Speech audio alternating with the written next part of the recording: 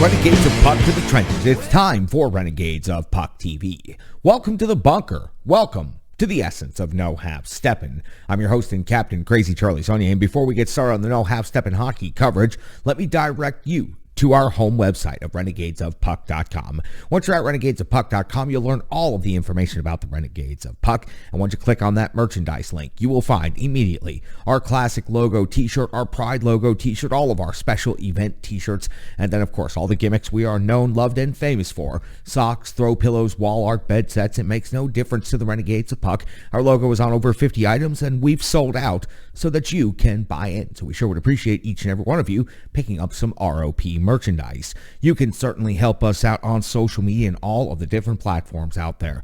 Let's start by talking about YouTube. You can subscribe to us on YouTube. That's where you'll get the latest episodes of Renegades of Puck TV. The podcast can be found across the universe. Apple, Google, Stitcher, Spotify. We are on all of these platforms and many more. So wherever it is that you consume your podcasts, you can now find the Renegades of Puck. We sure would help if you would support all of those new feeds, as we are really looking to build up and bolster that particular audience. And then, of course, social media. You can find the Renegades of Puck anywhere, whether that is Facebook, Twitter, Instagram, or even on TikTok. You can also find us on Twitch, our live behind-the-scenes stream.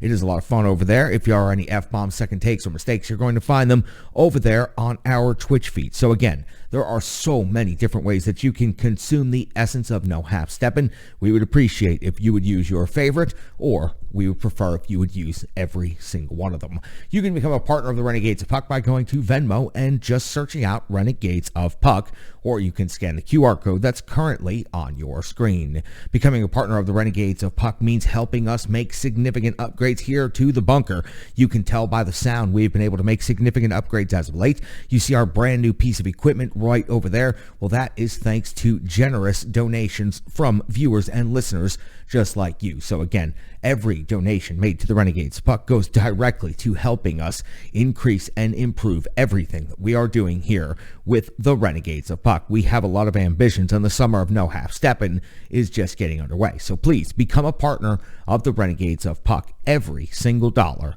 helps us out tremendously. Now, I know that you're here for the no half steppin' hockey coverage, so let me deliver the goods to you. Time for operation number 656 for the Renegades of Puck. That's right, it is show number 656, and on this date in hockey history, we update you very quickly on the NHL playoffs, and we'll have a mix of NHL and AHL playoffs and also off-season news for the Nashville Predators weaved throughout this episode of Renegades of Puck. So stay tuned for all of the hockey goodness. Giving you an update on the latest action in the NHL playoffs, Tampa Bay now holds a 3-0 lead over the President's Trophy winning Florida Panthers with a 5-1 victory in Game 3. It was the first game back in Tampa. Vasilevsky looking as strong as ever, going 34 out of 35. And I've got to ask, where are the Florida Panthers? They were so dominant throughout the entirety of the regular season. They won the President's Trophy, and for a year they talked about how they were ready to get back to the NHL playoffs and face off against such heavyweights like the Tampa Bay Lightning. Well, so far, you are not ready at all for that. The New York Rangers make a series out of it with the Carolina Hurricanes with a 3-1 victory at Madison Square Garden in Game 3. Igor Shesterkin heard his name being cheered all the way to the top of the blue seats in the rafters in this one, 43 out of 44, and another incredible heavy workload for Igor Shesterkin, sure to win the Vezina, could possibly win the MVP in this season. Mika Zibanejad a goal and an assist in this game. Chris Kreider also a goal. And do we have a series here? Well, if the New York Rangers can continue coming out and looking like a cohesive unit like they did for large portions of Game 3 and get goaltending like they did from Igor Shesterkin, well, then the New York Rangers are right back in the series. Carolina holds a 2-1 advantage after 3 games. The Edmonton Oilers going into the third period were holding a 4-0 lead over the Calgary Flames. For me, that was enough to go ahead and call it. That would mean the Oilers would have a 2-1 series lead if that score was to hold. Kane had a hat trick and has 10 goals in the playoffs. Now, again, that result was not final, but I had seen enough and was ready to come on out here to the bunker and give an update and record this latest episode. Now, Monday, that sets up Tampa Bay hosting Florida in Game 4. So, the Florida Panthers and Tampa Bay Lightning are going back-to-back. For the Tampa Bay Lightning with a 3-0 lead in the series, do they start Vasilevsky or do they give the backup an opportunity to go in this game? Tampa Bay is more than likely looking to finish the series off as quickly as possible and get to that conference final and wait for the winner of the New York Rangers and the Carolina Hurricanes. A whole lot to be determined. Can't wait to watch that game tomorrow. Also, you'll see Colorado at St. Louis for Game 4. Colorado leads the series 2-1. Update on that series. Significant injury. Binnington in goal is going to be out for the remainder of the series. That means Husso is going to be in net now for St. Louis. Already down 2-1 in the series and facing the best team in the Western Conference. This is definitely going to be incredibly difficult for the St. Louis Blues to overcome. And we are absolutely sending our best wishes to Sam Girard.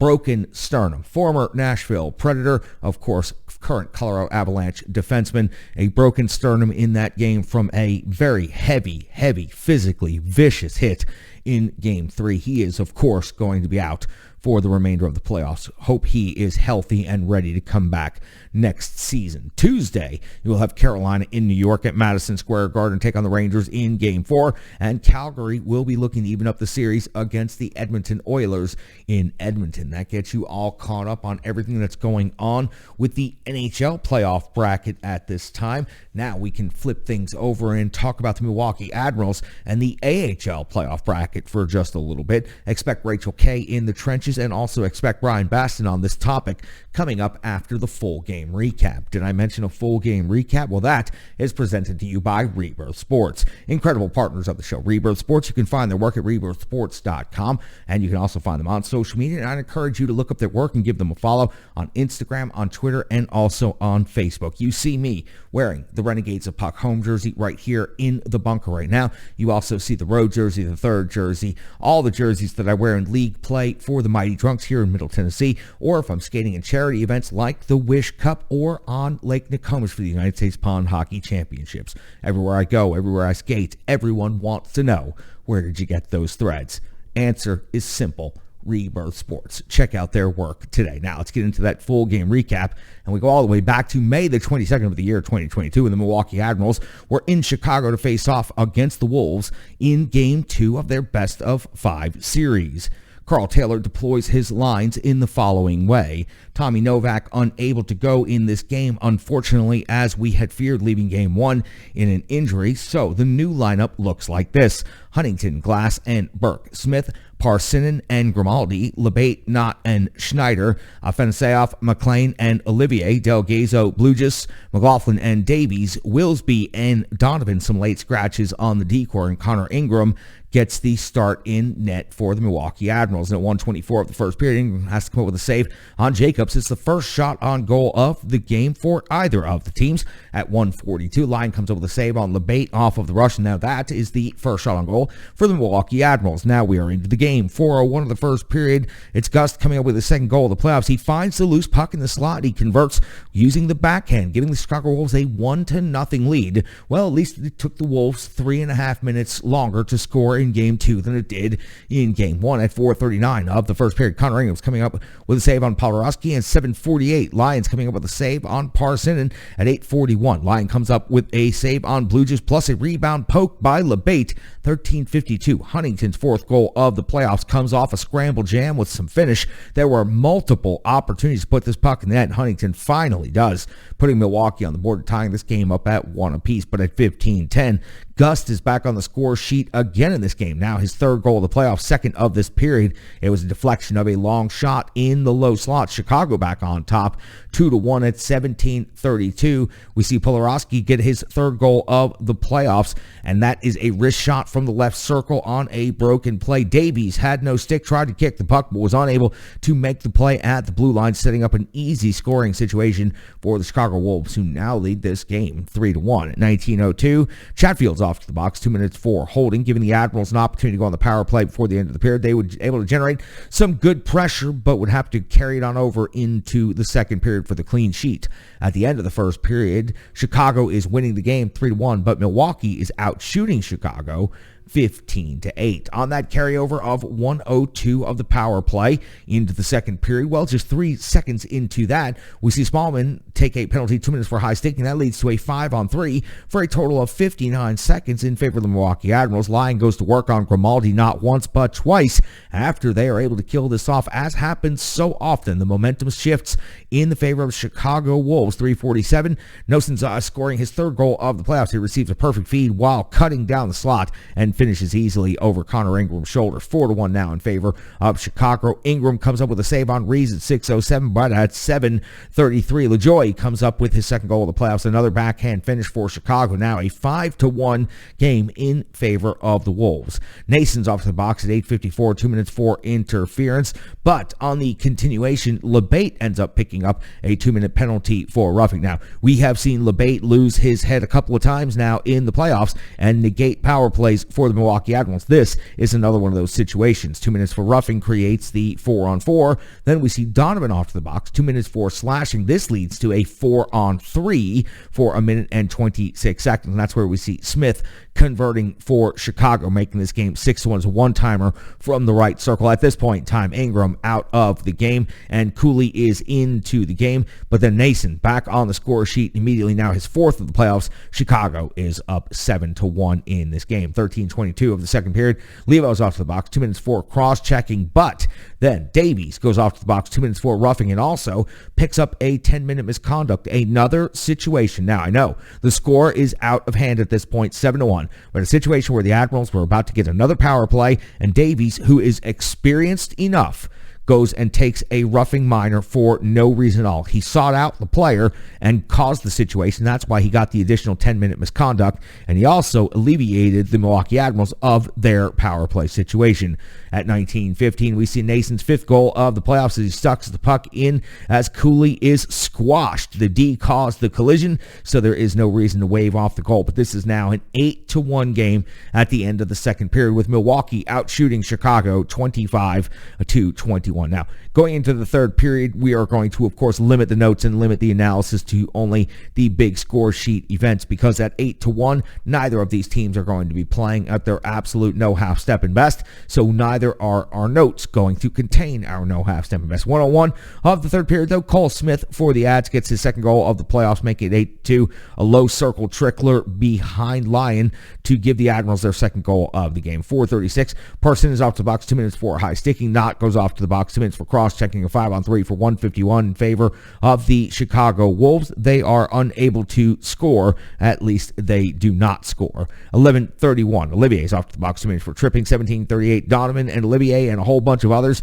are picking up penalties and misconducts. Chicago comes out of the wash at the end of this thing with a power play, but it really makes no difference. At 18:25, we just keep getting whistle after whistle as Knott spears Lyon. That leads to a 5-on-3, and then Blue just gets a misconduct, then another whistle, then Huntington gets a misconduct, and we finally see this game come to its conclusion, thankfully, for the Milwaukee Admirals. It's an 8-2 final in favor of the Chicago Wolves, and the Wolves do end up outshooting Milwaukee 33-32, and they take a 2-0 lead on the series. For the Milwaukee Admirals, they never had a chance in this game. They just got absolutely mauled on the ice by the Chicago Wolves. Now, backs against the wall, an opportunity to survive going home. The one bright spot, at least they're 2-0 on home ice in the playoffs, and they'll have their home crowd behind them. But this is going to be a huge mountain to climb going forward for the Milwaukee Admirals. Before we get to that full game analysis, plus get the Renegades of Puck and their opinions and the stats from Game 2, let me go over the rest of the AHL playoff bracket and the rest of the scores from around the league as we're now into the next round. It is Chicago holding a 2-0 lead over Milwaukee in their best-of-5 series. Game 3 will be coming up on Wednesday night, if necessary. Game 4 will also take place in Milwaukee. Game 5 would take place Sunday in Chicago. On the bottom half of that bracket, Colorado and Stockton have not yet gotten started. They will go back-to-back on Monday and Tuesday, not playing Game 3, though, until Friday. We'll have updates next week on that series. Charlotte and Springfield got underway earlier today, a 6-0 victory in favor of Springfield. They'll play Game 2 on Wednesday, Game 3 on Saturday. So the Charlotte Checkers just getting absolutely blown out of the rink. And it was the theme of the day as Laval scored a 6-1 victory over Rochester in Game 1 of their best-of-5 series. They'll also go back-to-back with Game 2 taking place on Monday. Game 3 will take place on Wednesday. So an entire day of AHL playoff action, and all of the games a very large margin of victory. So we look to see a much different result for the Milwaukee Admirals in Game 3 coming up on Wednesday night. We'll track the rest of these series throughout the week. We'll have updates as we can get those to you. Let me tell you about a great partner of the show in Strong Style Fitness. You can find Strong Style Fitness at strongstylefit.com or on social media, Twitter, Facebook, and Instagram. A certified personal trainer with over 150 workouts completely on demand and ready for you, Renegades of Puck. So check out the work today. Whether you are just getting off the couch for your first stretch or you're throwing iron like a pro, Strong Style Fitness has a workout for you. Tracy's done an incredible job of compiling a database of different style workouts for each and every level and each and every type of discipline. So check it out today. That's Strong Style Fitness, another incredible partner here to the Renegades of Puck. Now let's talk about Game 2 between the Milwaukee Admirals and the Chicago Wolves. Conor Ingram, I said before the series started, because of course, obviously you're going up against the best team in the league. Your goaltender is going to have to steal a game for you. Well, Conor Ingram is far from anywhere near stealing a game in this series. 10 of 16, second game in a row that he's pulled in the game. Cooley goes 15 out of 17. And listen, there wasn't really enough support in either of these games. Yes, we spent a lot of time talking about Game 1, the end of the second period, the long goal that seemed to be very lackadaisical by Conor Ingram. But other than that, he's out there competing, and the rest of the team, they're just letting guys go around the slot. They're not picking up sticks. They're not clearing bodies. And frankly, the Chicago Wolves are just showing why they're so much better of a hockey team this season than the Milwaukee Admirals. So for the Milwaukee Admirals moving forward in net in Game 3, it's really a toss-up. I'd love to see Askarov get a start, but that's not what's going to happen. He's not going to play in this series. I wouldn't mind seeing Cooley get the start in Game 3, but listen, it makes perfect sense. Conor Ingram was your starting goaltender all season long. He's got some NHL experience, and he is who got you to this point in the season. You let Conor Ingram go out there. Maybe he steals Game 3 for you and gets you back in the series. Again, to bring it up, the Admirals are 2-0 at home, and we're 2-0 against Manitoba. They're 1-4 on the road. They just have to find a way to win the next game to get that momentum going. And it just seems like whenever the Admirals gain momentum, and the Chicago Wolves, they're just incredible at it, the Admirals will claw back, fight back, find their way to get a goal, and within a matter of seconds, the Chicago Wolves have not only struck back, but they have pounded back twice as hard. The Wolves are a very, very resilient team. Once you score a goal or you get ahead on them, they are ready to pounce. And Lyon, give him some stick taps and respect throughout the playoffs so far. He wasn't even expected to be the starter because of the situation going on with the parent club and the Carolina Hurricanes. And Ranta doing so well as the starting goaltender for Carolina right now, filling in for an injury.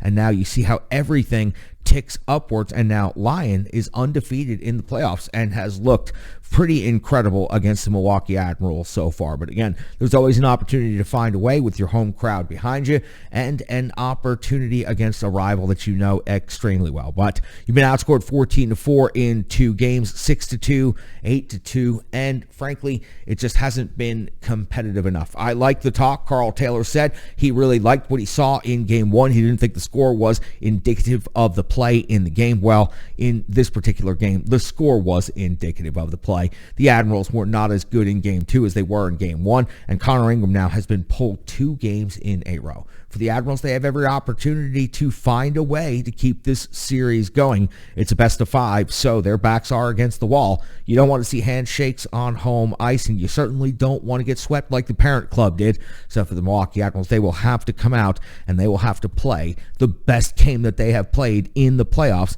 at this point if they would like to continue playing hockey. And we sure would like to continue covering the Milwaukee Admirals right here on Renegades of Puck TV. So we sure hope that they pull out a Game 3 victory over the Chicago Wolves.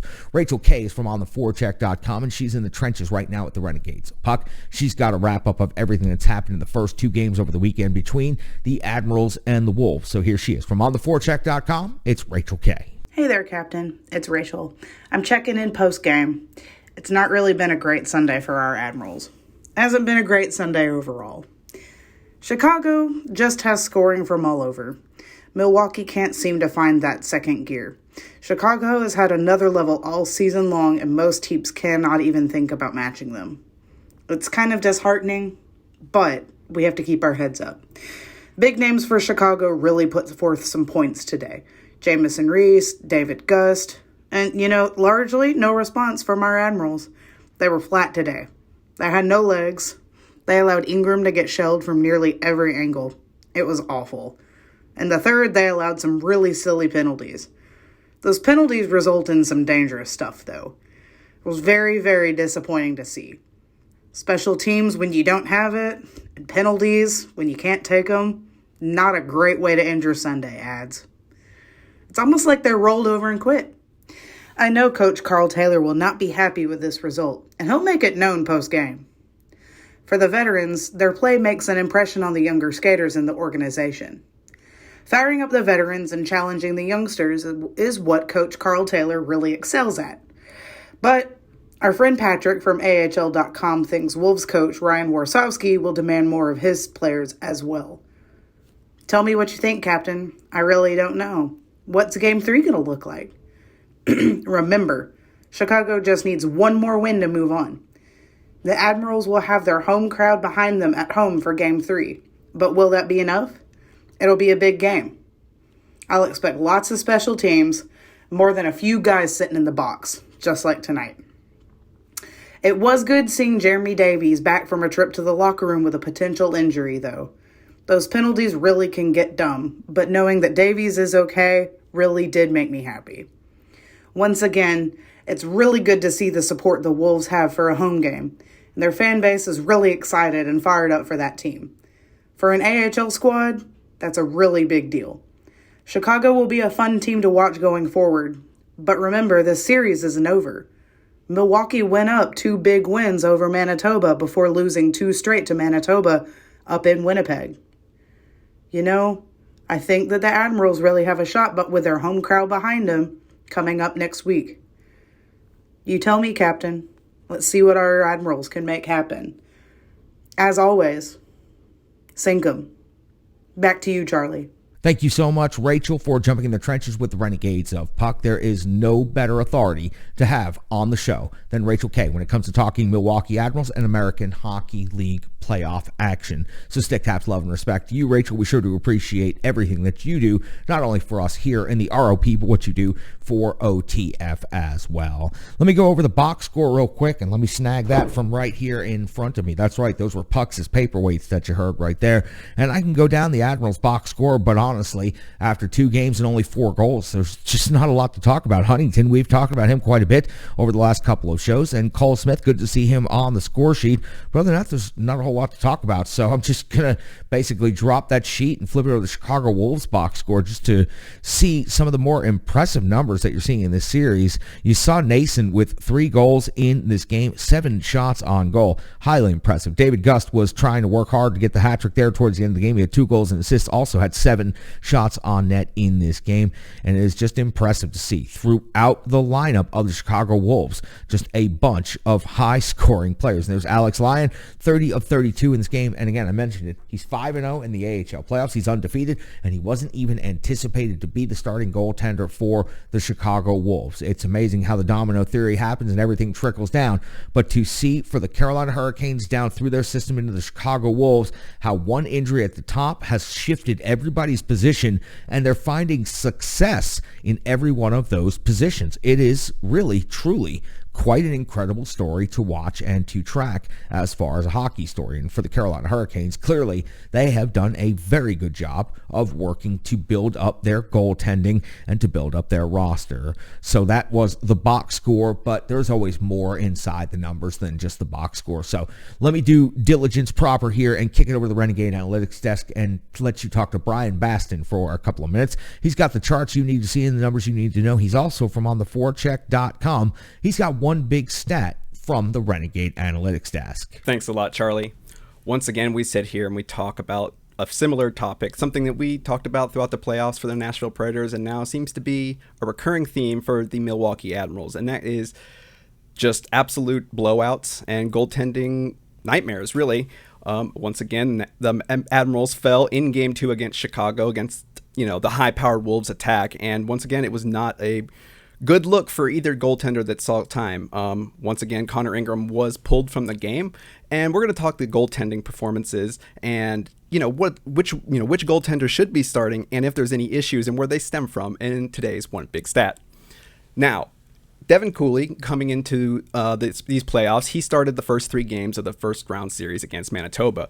And in those 3 games, Cooley faced 121 shots against, allowing just 8, a 93.3 save percentage for those first 3 games. Now, obviously, as we know, Conor Ingram, returning from Nashville, came back to start games 4 and game 5.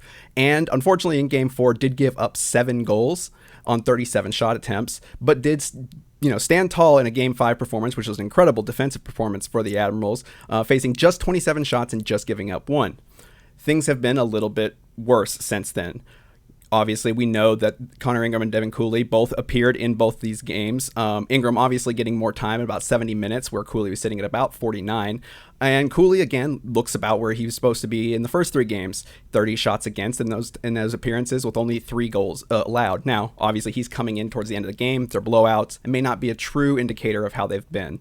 Ingram, on the other hand, has seen 37 shots against and given up 10 goals, a 72.9, almost 80% save percentage. Overall in the playoffs, Ingram, 101 shots against, 18 goals against, and that's just in 4 appearances for an 82.1 save percentage.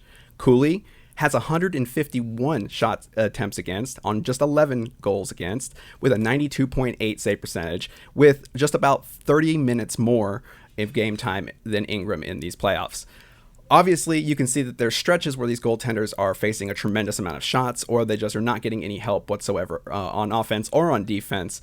But Devin Cooley does have a save percentage overall in this playoff series about 10% higher than Conor Ingram, and I do not expect Ingram to start in Game 3 if the Admirals have any chance of pulling this series out facing elimination. However, this is not just a goaltending problem. The defense in front of them has been lacking, and unfortunately, it's Chicago may just be too good for Milwaukee to overcome. And that's the topic of tonight's One Big Stat. Back to you, Charlie. You can find him on Twitter at Brian Baston. You can check out his working on the forecheck.com, the charts you need to see, the numbers you need to know, the one and only Brian Baston. So happy to have Brian Baston in the trenches crunching the numbers for me. That wraps up AHL coverage for this particular episode, but we will be back with a Game 3 recap and hopefully a Game 4 preview coming up Wednesday night after that game. But there was also some news coming out of the parent club for the Nashville Predators this week as they finally held their end of season press conference between the general manager David Poile and the head coach John Hines. John Hines had a contract that was expiring, with the team having a 1-year option if they had chosen to exercise it. We had heard quite a few rumors going into the press conference from the night before that there was going to be a significantly long-term contract extension given to John Hines. That turned out to be an expert troll job by some of the more clever people over there on the internet. You know exactly who they are. But it did turn out when the press conference finally did come around that John Hines was given a 2-year contract extension and that David Poile does intend to remain as the general manager of the Nashville Predators. I say he intends because he makes that decision. No one's going to ever force David Poile out, and no matter how many years go by or no matter how many reasons there are, it is a David Poile decision as to when David Poile will no longer be the general manager. John Hines gets a 2-year contract extension, and during the press conference, it was very open. It was more honest than usual, and frankly, there were probably more words used in this press conference to answer questions of local reporters and journalists and bloggers than there had been at any other time from David Poile. David Poile was clearly looking to reflect on the season. He admitted making mistakes. He said that he did not give John Hines enough players, said what they needed to be done, improvements with the roster, updated on everything going on with Philip Forsberg and potential contract negotiations, and frankly was more open and more detailed than he has been for most of his career as the general manager of the Nashville Predators. So David Poile will be remaining the GM. John Hines will be remaining the coach. I will comment on John Hines remaining the coach here before we wrap up the show. But a couple of Renegades have been behind the scenes on Rear Guard covering the Nashville Predators and also covering the NHL. So right now, I'm going to kick it over to Mostradamus, the starting goaltender of the Renegades of Puck. You can find him on Twitter at GreatGoalie35. He is the one and only Mostradamus. Thank you very much, Charlie. It took long enough for David Poile and John Hines to do their exit interviews, basically. My guess is that they were negotiating the contract for John Hines and the rest of his coaching staff, and of course we all know now that it is extended out for at least another 2 more years with a team option. Look, did the team overachieve this season? Absolutely they did. Not many people had them going to the playoffs. We've discussed that many times on the show before. Do they deserve a 2-year extension? Okay, I'll buy 2 more years. John Hines, really this is the first full season he's been able to have a real true normal off season to kind of implement his system into the team. And yes, they overachieved throughout. They did fall apart a little bit over the last month of the season. What I don't want to hear though is, oh, it's the type of game they play. It's the style of hockey that the Predators play that wore them down late in the season. That's why they fell off the last month, and that's why they were just absolutely boat raced by the Colorado Avalanche in the first round of the playoffs. Look, guys, there's plenty of teams out there that play a physical brand of hockey. Look at the St. Louis Blues and Coach Craig Brewery, what they do every single year, year in and year out. They play that physical style, in-your-face hockey, and they destroy the Preds throughout the season. And again, they're in the playoffs. They're in the second round once again for St. Louis. You don't hear anybody saying, well, their type of hockey really doesn't bode well if you go later in the playoffs because they get worn down. Now, I'll buy the fact that the rookies got worn down because they're not used to a full 82-game schedule. I completely understand that. If you're used to playing 40, 50 games at most, suddenly you're at game 70 and you're feeling worn down, I totally get it. Could they have managed their ice time better, maybe sent them down to the minors? Whatever they could have done, they could have possibly saved their legs a little bit, brought somebody up from Milwaukee, give them a little bit of experience as well. I don't know, but I'll certainly buy that argument that the rookies got worn down, guys that aren't used to the full 82-game schedule. But don't give me this BS that no, it's the brand of hockey they play and that got worn down. That's complete and utter garbage. You're professional hockey players. If you're used to an 82-game schedule and you're a veteran, you don't get worn down by playing a certain style of hockey. Now, one thing that David Poile did mention, which was not really a surprise, is that there would be a different backup goaltender for UC Saros next season. David Riddick, try as he may, he was fighting for his life out there, but he is not going to come back next season quite obviously. He was on a 1-year deal. He was fighting for his profession, essentially. And it doesn't look like he's going to get too many bites. He might get maybe a minor league or a 2-way contract next season, but going to be age 30 next season. Doesn't look like David Riddick is at the NHL caliber level that many teams will be looking for. So what are the options for the Nashville Predators when it comes to backup goaltender? Of course, we got a little taste of Connor Ingram and what he can bring to the table. I fully believe Connor Ingram can be the backstop for UC Saros 25, 30 games a year and be totally fine. The team will not miss a beat with Connor Ingram in net. Now, do you have to play it differently, of course, in front of a backup goaltender? Absolutely. He's not UC Saros. But Connor Ingram, I think, proved to everybody out there that he's ready to be an NHL goaltender and he can be your backup. If you don't think Connor Ingram can do that, or you want him to have a little bit more time on the ice and get a little bit more seasoned in Milwaukee, there's not that many options out there of a viable goaltender that's a free agent coming up who is worthy of getting a backup role on any roster. Mika Koskinen up in Edmonton, 33 years old next season, .913 save percentage, 3.11 goals against average, not great, but can be serviceable. Okay, Braden Holtby, he used to be one of the best goaltenders when he was in Washington. 32 years old, .913 save percentage, 2.78 goals against, not bad in 24 games played for the Dallas Stars. Casey DeSmith, we got first look at him twice this season when he played for Pittsburgh against the Nashville Predators. 31 years old, 9.914 save percentage, 2.79 goals against average, so not bad. So that gives you just a couple options in net. So if none of those guys are available come free agent time for David Poile to have as a backup goaltender, Connor Ingram is the way to go. You're obviously not going to sign somebody like Marc-Andre Fleury. Jack Campbell obviously is going to sign an extension somewhere. He certainly earned it. But those are starters. Those aren't guys that are going to sign somewhere to be backup goaltenders anywhere.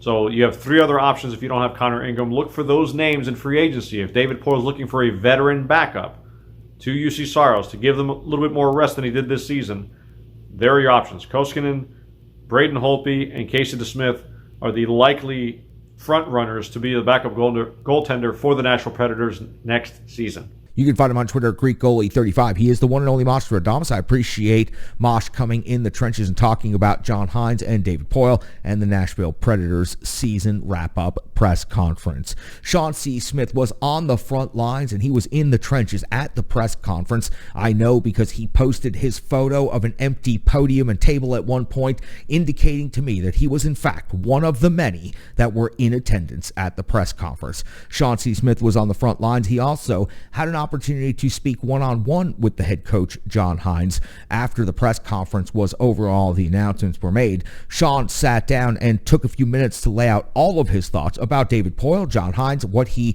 saw and witnessed and experienced at the press conference. So I'd like to now turn it over to Sean C. Smith from ontheforecheck.com. Find his work at ontheforecheck.com and find him on Twitter at SCSOTF. Thanks, Charlie. Hey, Renegades, it's Sean C. Smith, and I'm fresh back from the press conference with David Poile and John Hines today at Bridgestone Arena. Now, I don't want to take you step by step through everything that was said or what happened. I just want to talk about some of the broad strokes, things I noticed, things I heard, and tell you just a little bit about what my general takeaway is coming out of that press conference and the discussions that happened afterwards. First, I'm going to start with David Poile. And it should go as no surprise that the biggest concern, I think, for David Poile right now is re-signing Filip Forsberg. He made it very clear that their plan A, moving into the next part of the rebuild, is to re-sign Filip Forsberg. Now, he did mention that he's fairly confident that all signs pointed to Forsberg wanting to return to the Nashville Predators and continue playing for them for the foreseeable future. He also says, of course, the team would like Filip Forsberg to come back and feels confident that they can reach some kind of agreement. That's Poile's job. That's what we expect to happen at the end of this season, is to make sure that Forsberg is back. Now, of course, in the event that that is not possible, he did mention that there was a plan B, a plan C, a plan D. So it's good to know that even though we all hope, unless you're a fan of another team, that Filip Forsberg comes back to the Predators, that even if the worst happens and he doesn't come back, there is a plan in place to make that happen. Now, the other thing I want to talk about is he called out very quickly that Luke Kunin and Eeli Tolvanen did not have the types of seasons that the team wanted them to have, or that they themselves as players wanted to have. And I want to talk about that a little bit, because I don't love them being lumped in together, and for one reason in particular, and it has to do with playing time. Luke Kunin played in every single game the Predators had this season, typically playing on the second line, and the results were not great. He fared almost better last season with a lot less games than he did this season with a full season under his belt. Eeli Tolvanen got bounced around a lot. You saw him with time on the fourth line. You saw him sit a few games. You saw a lot of odd usage. If you want to talk about a player developing, they need to see some kind of consistency. The player that saw consistency this season was Luke Kunin. The player that did not was Eeli Tolvanen. You can be frustrated with Luke Kunin's performance or lack thereof because he had the opportunity every night. You can't be as frustrated with Eeli Tolvanen because from night to night, his assignment changed. And obviously, everyone's assignment's going to change every night based on the opposition, but if you're playing on the fourth line one night and the first line the next night, it's a lot to keep up with. And if we're going to give Luke Kunin the excuse of being a young player, Eeli Tolvanen's younger as well, and I think he deserves the same grace at least next season that was given to Luke Kunin this season. I don't know what that means moving on. Those may be players they decide to move on from, but that really wasn't information that was given. A player that it does seem clear is not coming back is, of course, David Rittich. It seemed pretty clear that the backup goaltender spot is wide open, and it was mentioned that Conor Ingram seemed like one of the players that is in competition for that spot. And honestly, I don't really know who else they would put in there. I'm going to be completely honest with you. The backup goaltender spot was supposed to be Ingram's last season. That didn't happen due to him having to spend time in the assistance program for help with some of his obsessive compulsive disorder, and I think that got dealt with very well. I think the organization handled it well.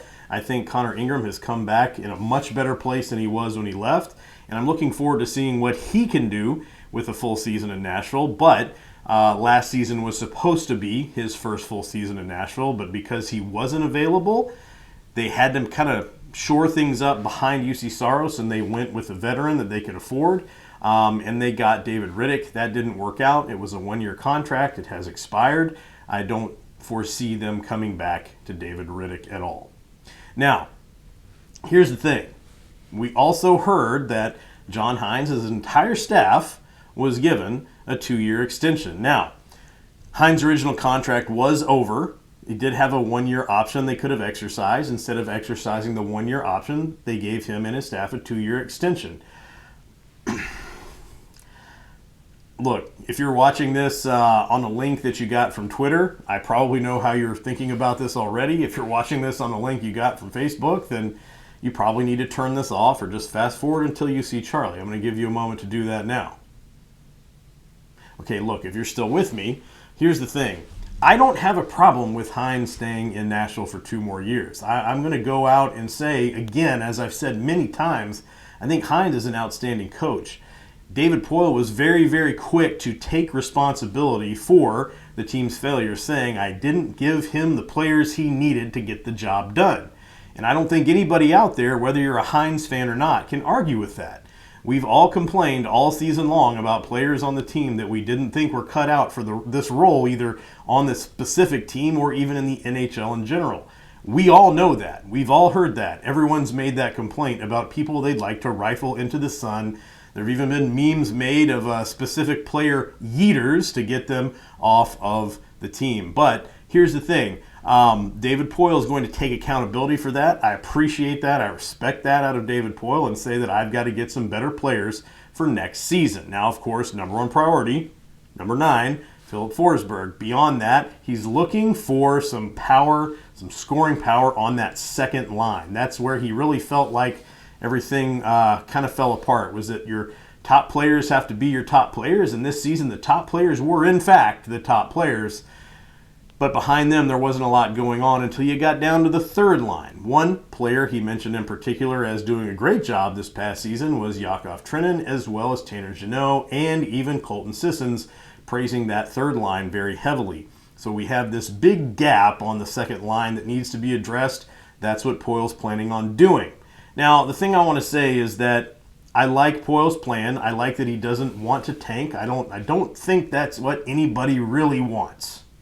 I don't think it is. Even the way the lottery system works, even if you fall just outside of the playoffs, you're still going to look at pretty long odds to get a really high pick.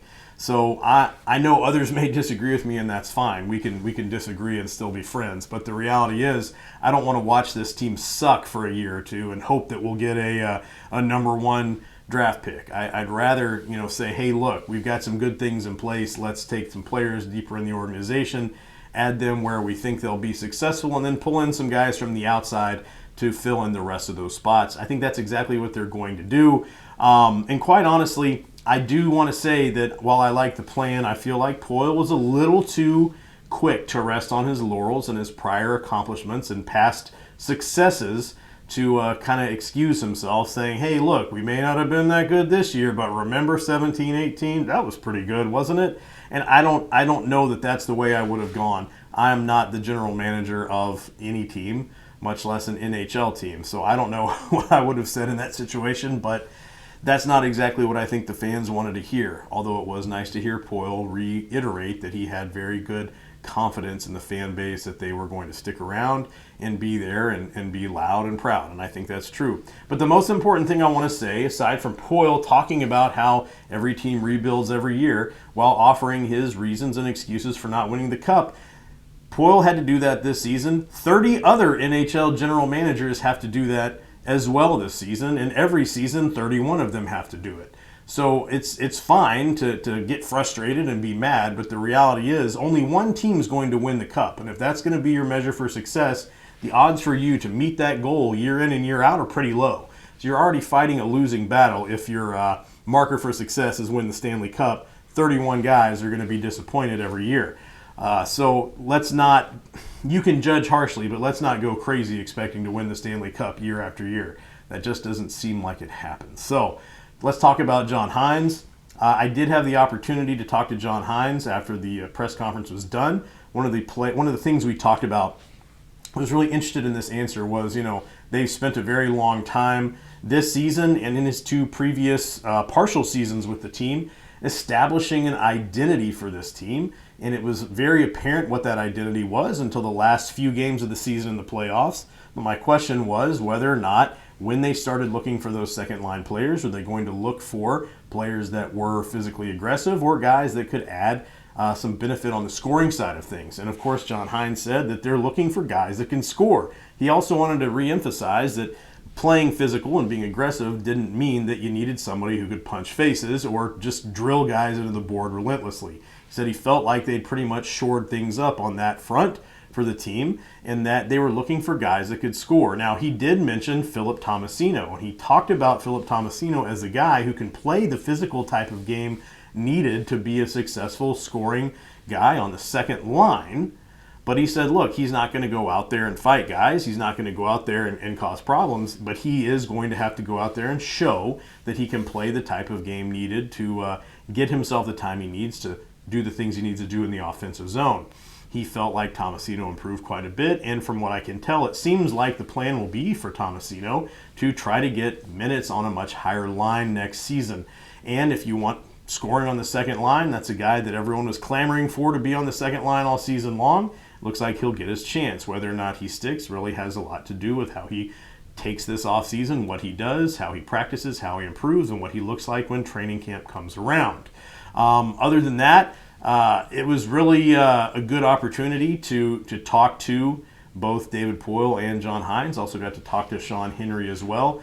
And while I think that there's probably going to be some frustration amongst the fan base and some of you Renegades out there that John Hines is back for 2 more seasons, I'm willing to give David Poile the offseason to figure out who he's going to pull in, how they're going to reconfigure this team, where they can remove weaknesses, and then fill those empty spots in with guys who bring a lot more to the team than some that were there before. As long as he can do that well, then I feel like John Hines has a very good shot at continuing to improve this team as a coach, and I have no doubt that he can do it. Charlie, maybe not what everybody wants to hear, but I'm not Mr. Doom and Gloom, and I never have been. I'm not going to make any excuses for that. I think it's okay to be positive. If things do seem positive, be positive about them. So with that, Charlie, I'm going to throw it back over to you. You can find him on Twitter at SCSOTF. You can check out his work on theforecheck.com. I sure do appreciate Sean C. Smith going to the end of season press conference and sitting down with the head coach, John Hines. Sean and I have talked quite extensively since he went and attended those press conferences, and I've got a much better feel for things that are going on down there. And that's what I'm going to talk about right now.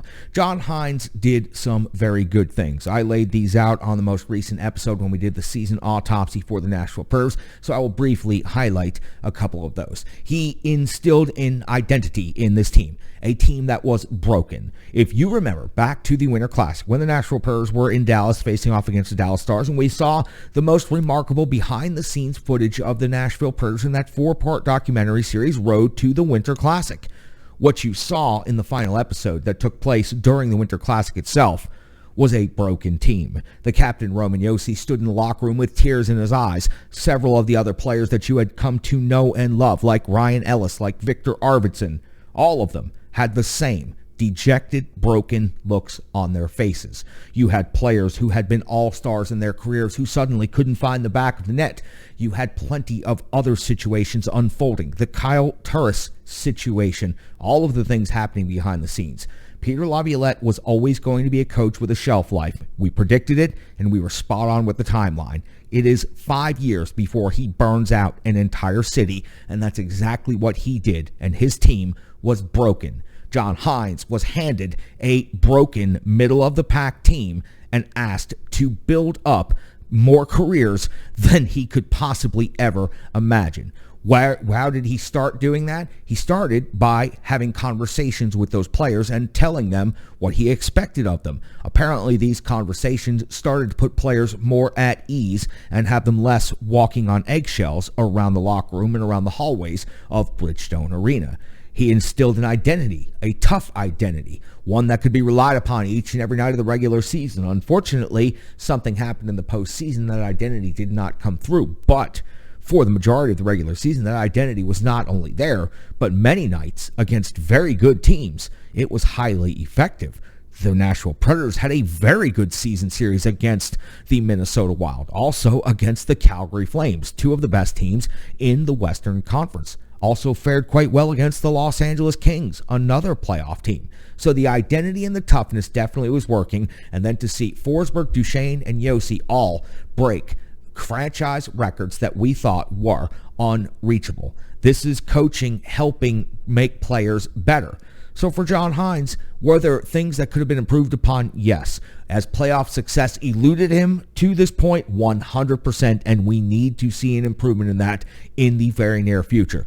But he has done enough good things to earn an opportunity to remain here for the next 2 years. It is a prove yourself contract, if you will. If they had given him a longer contract, I do not think that I would have been very happy with it, but I am perfectly okay with giving him 2 more years after getting an underperforming team to where they are and now having them in the playoffs a couple of times. The team itself, though, needs to perform at a much higher level. And David Poile, if it is in fact your fault that the players were not here that were required to make this team better and not be swept by the Colorado Avalanche, then perhaps it is time that you have that hard conversation with yourself. I can no longer have that hard conversation with you. I've had that hard conversation as many times as I possibly can, and so have many others.